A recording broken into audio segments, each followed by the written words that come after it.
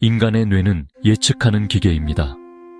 뇌는 지속적으로 우리가 처한 상황을 받아들이고 거기서 우연히 맞닥뜨리는 정보를 분석하게 됩니다. 이처럼 어떤 경험을 반복적으로 하게 되면 뇌는 무엇이 중요한지 알아차리고 상세한 내용들을 분류하고 관련 신호를 저장하여 추후에 사용하게 되죠. 따라서 충분히 연습한다면 우리는 의식적으로 그 일을 생각하지 않고 자동적으로 처리할 수 있게 됩니다. 예를 들어 군사 전문가는 레이더 스크린에 깜빡거리는 빛만 보고도 적군의 미사일인지 아군의 미사일인지를 구별할 수 있습니다. 응급실에서 오랫동안 근무한 간호사는 사람들의 안색을 보고 상태를 예측할 수도 있습니다. 또한 진품인지 모조품인지 전문적으로 구별할 수 있는 사람들도 있습니다. 이처럼 반복적으로 오랫동안 하다 보면 무의식적으로 상황이나 환경을 예측하게 됩니다. 학습 과정은 우리가 살아가는 동안 계속해서 이루어지고 있으며 주어진 상황에서 관련된 신호를 포착하는 능력은 우리가 가진 습관을 이루는 기반이 됩니다. 우리는 뇌와 신체가 무의식적으로 생각 없이 얼마나 많은 일을 처리하는지를 과소평가합니다. 신체가 하는 대부분의 일은 자동적으로 일어나며 우리가 의식적으로 생각하지 않습니다. 이것이 습관이 가지는 가장 놀라운 점 중 하나죠.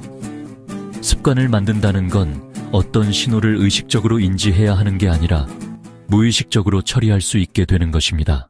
단, 이 과정에 도달하기 위해서는 의식적인 반복과 그에 따른 보상 등 일련의 과정이 필요합니다. 이 단계만 넘어서면 한번 만들어진 습관은 시간이 흐를수록 큰 힘을 들이지 않고 무의식적으로 자동적으로 행해집니다. 다르게 생각하면 이게 습관의 가장 큰 위험입니다. 나쁜 습관이 무의식적으로 계속해서 이루어지고 있으나 우리는 그것을 인식하지 못한 채 반복하게 됩니다. 결국 시간이 지날수록 좋지 않은 행동은 우리에게 부정적인 결과로 이어지게 되죠. 예를 들어 집에 와서 핸드폰을 보거나 TV를 보고 하루 종일 침대에 누워 쉬는 행위들, 이런 무의식적으로 행하는 좋지 않은 습관들이 바로 그것입니다. 바로 이러한 이유로 새로운 습관을 효율적으로 세우기 위해서는 현재 나의 습관을 파악하는 게 중요합니다. 내가 어떤 행동을 수천 번 반복했다면 그 일은 뇌가 간과하게 되고 무의식적으로 이루어집니다.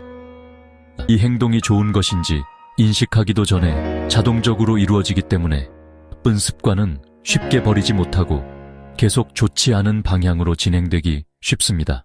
무의식적으로 자동적으로 이루어지는 일상 속에서 그 행동이 좋은 것인지 나쁜 것인지 인지하는 것이 중요합니다. 나쁜 습관은 확인하고 외치는 시스템을 통해 의식 수준으로 끌어올려야 고칠 수 있습니다. 지금 내가 평소에 행하고 있는 다양한 습관들, 이것들을 기록해보고 이게 좋은 습관인지 나쁜 습관인지를 확인해보세요. 어떤 습관을 평가하기 어렵다면 다음과 같은 질문을 던져보세요. 이 습관이 내가 원하는 정체성을 쌓아가는 한 표인가? 아니면 그에 반하는 행동인가? 자신이 원하는 정체성을 강화시키는 습관은 대개 좋은 것입니다.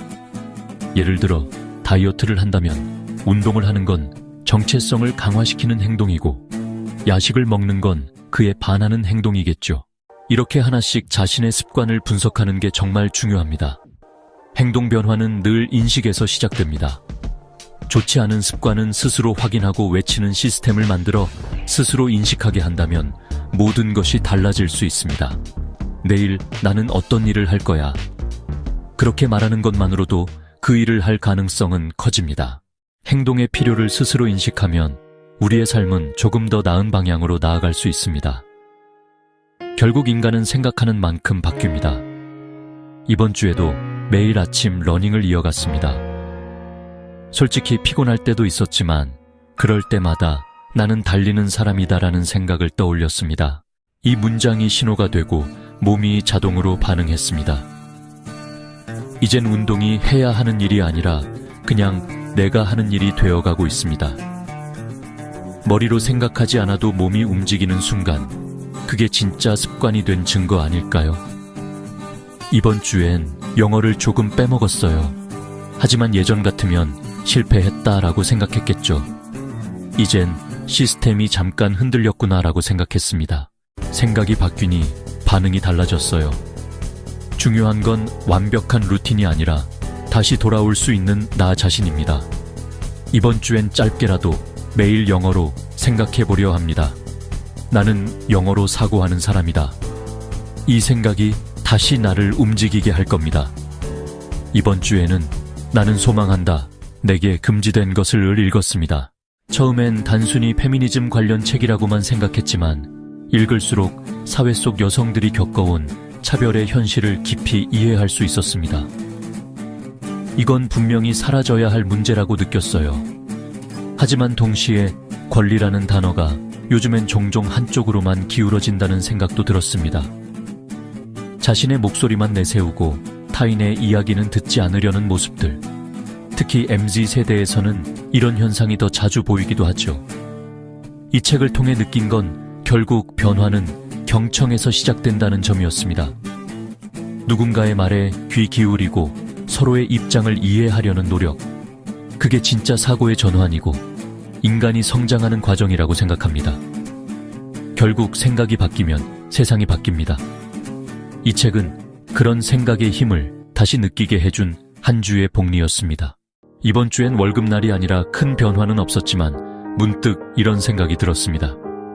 돈은 내가 어떤 마음으로 다루느냐에 따라 방향이 달라진다. 투자는 결국 마음가짐의 반영이라는 걸 느꼈어요. 조급함 대신 신뢰를, 불안 대신 꾸준함을 선택하는 것. 이건 단순히 돈의 문제가 아니라 내가 어떤 사람으로 살고 싶은가의 문제입니다. 복리는 숫자가 아니라 생각의 결과입니다. 마지막으로 이번 주에 행했던 결과들을 공유하겠습니다.